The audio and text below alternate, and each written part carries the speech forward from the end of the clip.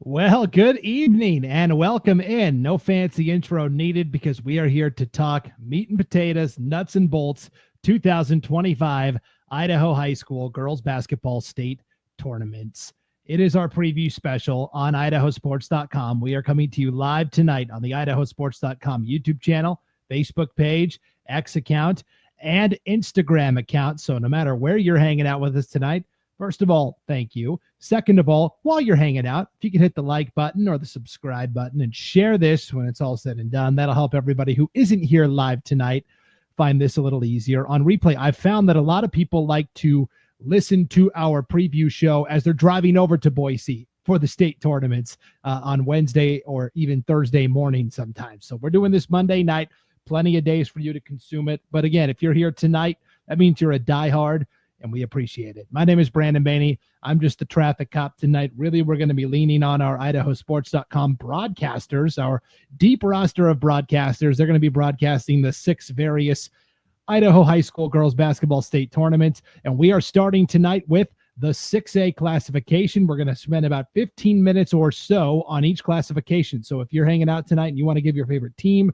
player, coach, a shout out, or if you've got a question about one of the classifications we're breaking down, throw it in the comments. We'll throw it up on the screen. Without further ado, though, let's introduce you to the broadcasting tandem that will be covering the 6A Girls State Tournament this year at the Ford Idaho Center in Nampa. It is Paul Kingsbury. Hey. And Sean Kane. What's going on, guys? I'm great. Thanks. Yes, as great. Always, man. Great to see both of you. All right, guys. Here's what I'm going to do. Okay. We do this every show. I'm going to throw the bracket up on the screen. Paul, you'll go first. Sean, you'll follow. I just want your kind of instant reaction. First thing that jumps out to you when you take a look at this 6A bracket. The matchups are number 3 Eagle versus number 6 Madison, the 2-7 Boise and Rigby, Owyhee and Capital, the 1 and the 8, and then the 4-5 Bora and Coeur d'Alene. Paul, first thing that jumps out to you when you look at this. Well, there's a lot of teams that were on the bracket last year, and then after the classification move, Middleton went down. Bora's back on the bracket this year, but Owyhee is the interesting one because they've got so many seniors. And 2 years ago they went 2-0 out. Last year, consolation. This year, and it's that if you got young players, you have to suffer through the losses to get to the wins. But then you got Boise at number 2. So there's some really good matchups. And what I do like about the bracket this year is even though it's SIC heavy, there's not a lot of that Owyhee Capital game is really the only one where there's conference players, conference teams playing each other. I like that. You get the state, you don't want to play the same teams you've been playing all the time. So I think it's a pretty evenly matched bracket, top and bottom. You got Boise on top, Owyhee on the bottom. And these teams, and we'll talk about, I'm sure Sean will, a lot of these teams have played each other during the regular season this year. So you can actually, with an eye test, kind of gauge kind of what the teams look like. Sean, your what jumps out to me, man, is Eagle, right? Eagle, they didn't win districts, but they're, kind of the hottest team, right? They took down Owyhee, hasn't really lost an Idaho team. So Eagle at the top of the bracket, the number 3 seed against a Madison team that didn't win districts and goes in. Eagle jumps out to me big time as kind of a hot team. And then, of course, Owyhee is a team that brings back, 5 starters, 5 out of 6 players from last year. A very strong team. And then, another team that's kind of interesting is going to be that Coeur d'Alene team who it comes back, but it's not the same team. We've got a couple of the same cast of characters on that team, but it'll be interesting to see what they do. But, I think it's one of the most evenly dispersed brackets. Like, I feel like it's bracketed very well.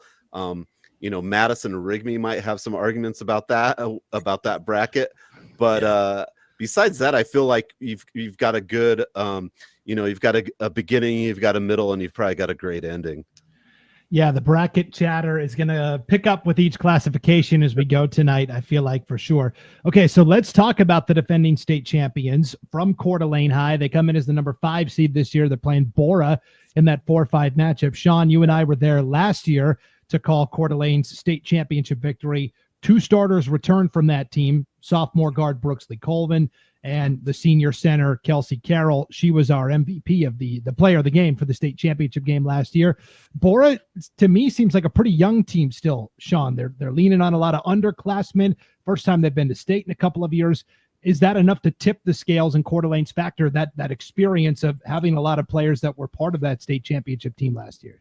Hey, I mean, give me Carol all day. She's like a Dennis Rodman type player, rebounds, hardcore action, and she can shoot the ball. Not sure that's a compliment in girls basketball. It is if you're a Bulls fan, but and 6 championships. But yeah, I like her.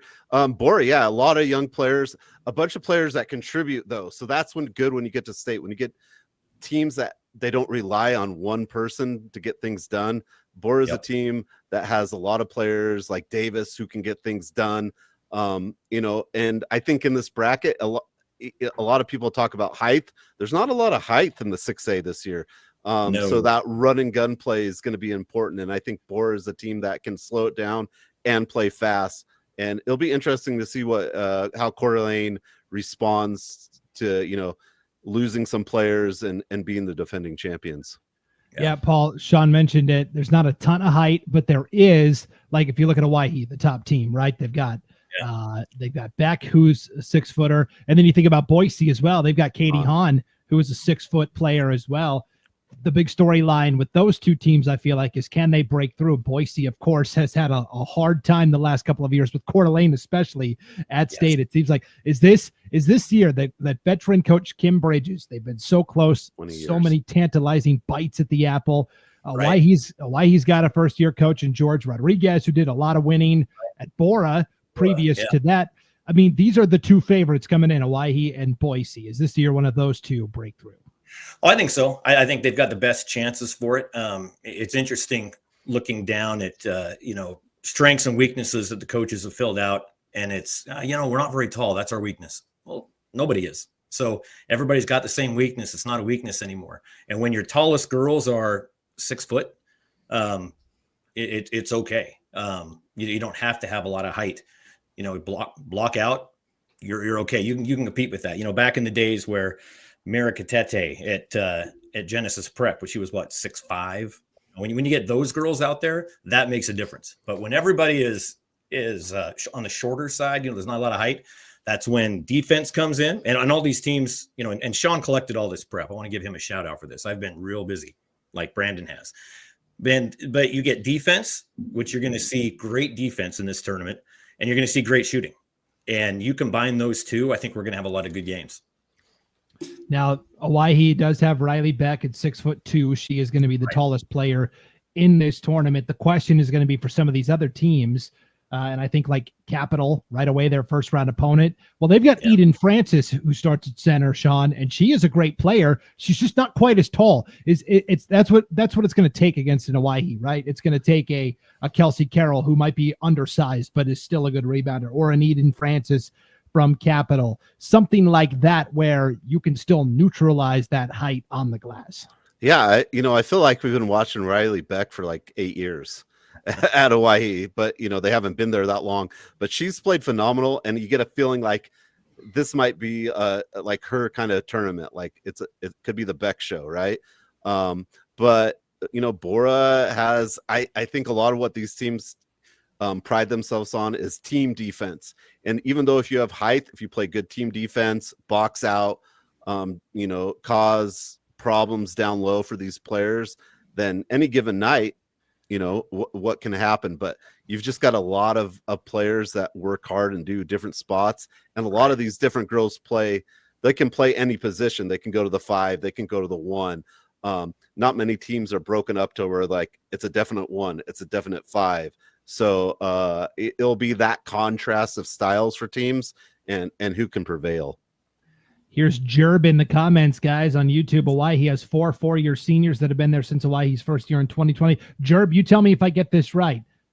Josie Davis, Mikhail Roy, Riley Beck, Maya Hardy. You tell me if I got those 4 right. Yeah, 4 4-year starters. Jerb, you let me know, because there's more than that are listed on the roster as seniors, but those are the 4 names.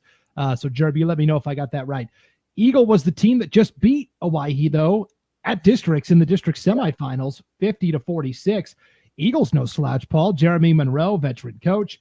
They've got Porter Wood, who's a 6'1" kind of stretch forward that transferred in from Teton 2 years ago. And they've got Berkeley Jones as well, who is one of the best sophomores in the class, capable of a double-double on any night. Well, they've got, Coach Creech as well. I mean, that guy's been around. He's a very, very good coach. Jeremy Monroe, of course, Capital, and before that, Jerome. So he really owes most of his success to Scott Burton, I think. I already told Jeremy that I wouldn't hold that against him in some of the pre-show stuff. So let's not go there. Okay, I won't go there. It's already been done. All right, but no, you're right. I mean, they've got good coaching. They've got a good program. It's and I don't know. It's one of those teams that I wish I would have been at that game. I mean, it was here in Kuna where I live. I had stuff going on. I wish I'd have been there that night to see how Eagle beat Owyhee, what exactly happened that night.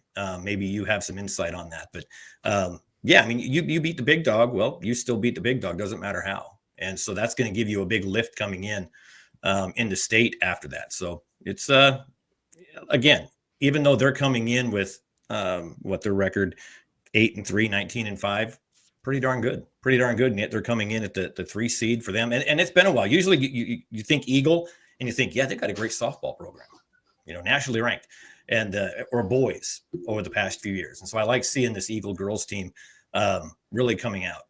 Well, Eagle very famously beat Lake City in a state play-in game 2 years ago when our own Ryan Skaggs predicted that Lake City would win by a billion points. The T-shirts at that point, was that the T-shirt game? Yeah. Yes, it was. So Porter Wood 40 away from 1,000 points. So this Eagle team does have scores. They got 5 or 6 people that can get in the scoring column. And I think that's what helped them prevail against Owyhee is they have multiple people. There's not one person to shut down, but Wood able to produce some big numbers late here in conference play and district play has been very huge for them. And I think they'll lean on it when you get to state, but Eagle doing a lot of good things. And what they're going to tell you if you're down there in Eagle country is they play tough defense. And let's be honest, when you get to state, play defense, you win, right? And they're deep. They're deep, right? And they're versatile. They can score a lot of different ways. And when you get to state, that's huge because if you get stopped inside, great. Go to the outside and shoot. If you're not shooting well, great.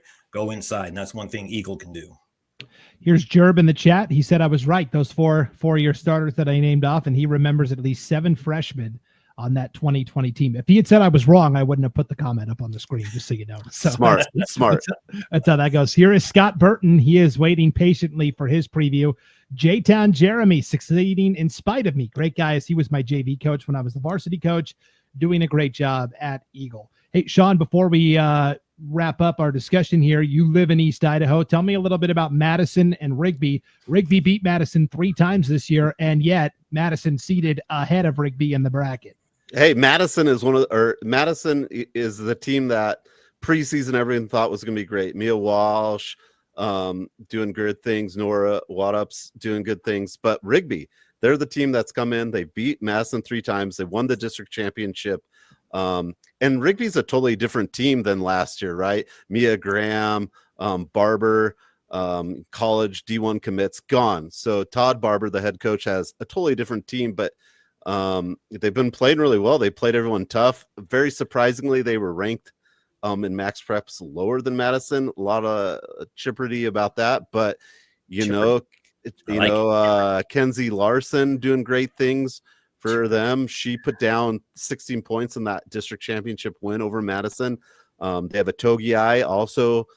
She was there last year. They have a Denzi. I mean, these are names you've heard usually on the football field, but they've got some sisters that all also hoop it up very well. And this Rigby team, they've just played great defense. They find a way to beat you. Madison plays a zone defense. They figured out a way to beat that zone defense 3 times, right? They've just done a great job. So Rigby coming in high, I think, pretty underrated. Not a lot of talk about the Trojans, and they got maybe a little chip on their shoulder, and they're playing that way, and it's working well for them. Yeah, Tiade Togiai, another one of those taller players at 6'1". Paul, Rigby came in, opened the season against Boise, lost. Right now they're starting the tournament against Boise. They don't want to bookend that with 2 losses to Boise, but they've lost to Boise, Owyhee, and Eagle, and they lost Madison. I mean, just because you beat a team 3 times, Sean, doesn't mean you're better than them. That's the Max Preps way. That's just the way it works. Yeah, this is the way. Meanwhile, here on planet Earth, I mean, sheesh Louise. All right, guys, here are 6A players to watch. We selected one player from each team, kind of a jumping off point. It's not an exhaustive list, just a starting point. Katie Hahn from Boise. A lot of these players we've already mentioned. Kaya Davis from Bora, Walsh, Beck, Larson. Sean, give me one player you were excited to see from this list compete. Oh man. Okay. Yeah, I'm gonna go Riley Beck. She's averaging 12 points, 6 rebounds. I've seen her play for 3 years now. I've been very impressed with her inside out presence, as she's one of the tallest girls probably in the tournament. And she's, but she also can shoot the ball. And I feel like she's kind of prepping for having maybe a big tournament, but she's also very good. And then I'm going to give you one more just because I care. And I also like Mia Walsh from Madison.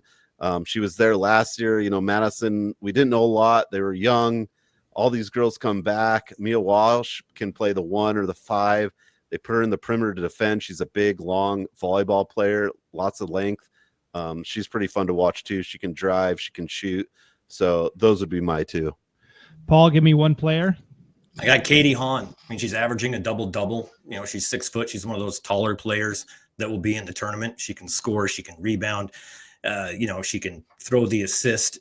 And I think she's going to be that player that, like we talked about when we opened, could lift Boise to that state championship on Saturday. Okay, and now it's time. I'm going to put your feet to the fire. Here's the bracket one more time. Sean, give me your championship matchup and prediction. Oh, man, I'm going to go Owyhee, Boise, Owyhee. Okay, 1 versus 2. Paul, what do you got? Yeah, we're going to get slammed for this. I hate doing this. And here's the thing. It's all in fun. If we didn't pick your team. Oh, yeah. Yeah, it's all in fun here until we go to talk to the coaches before the game, and they go, screw you. Yeah, so I'm actually got the same thing. Boise, Owyhee, but Boise wins. Okay, Ooh. all right. A split there. Boise you Southern homers. That's what I'm hearing right now coming from. I mean, State of Ada. That's what I heard. So State of Ada. Yeah. On that note, Sean Kane, Paul Kingsbury will be broadcasting the 6A tournament. We're looking forward to your coverage, guys. Thanks a lot for popping on. Appreciate it. Yeah, it's going to be a lot of fun. Yeah, Sean and I haven't been together for state basketball, and I'm not sure the Fort Idaho Center is quite ready for the 2 of us to be there 3 days in a row. I can only let everyone's disappointment down 1 day at a time. All right. On that note, 5A preview coming up next. You're watching the 2025 Idaho High School Girls Basketball State Tournament preview special on IdahoSports.com. Dear Winter, our squad of vehicles with all-wheel drive and four-wheel drive is ready. Bundle up. Toyota. Let's go.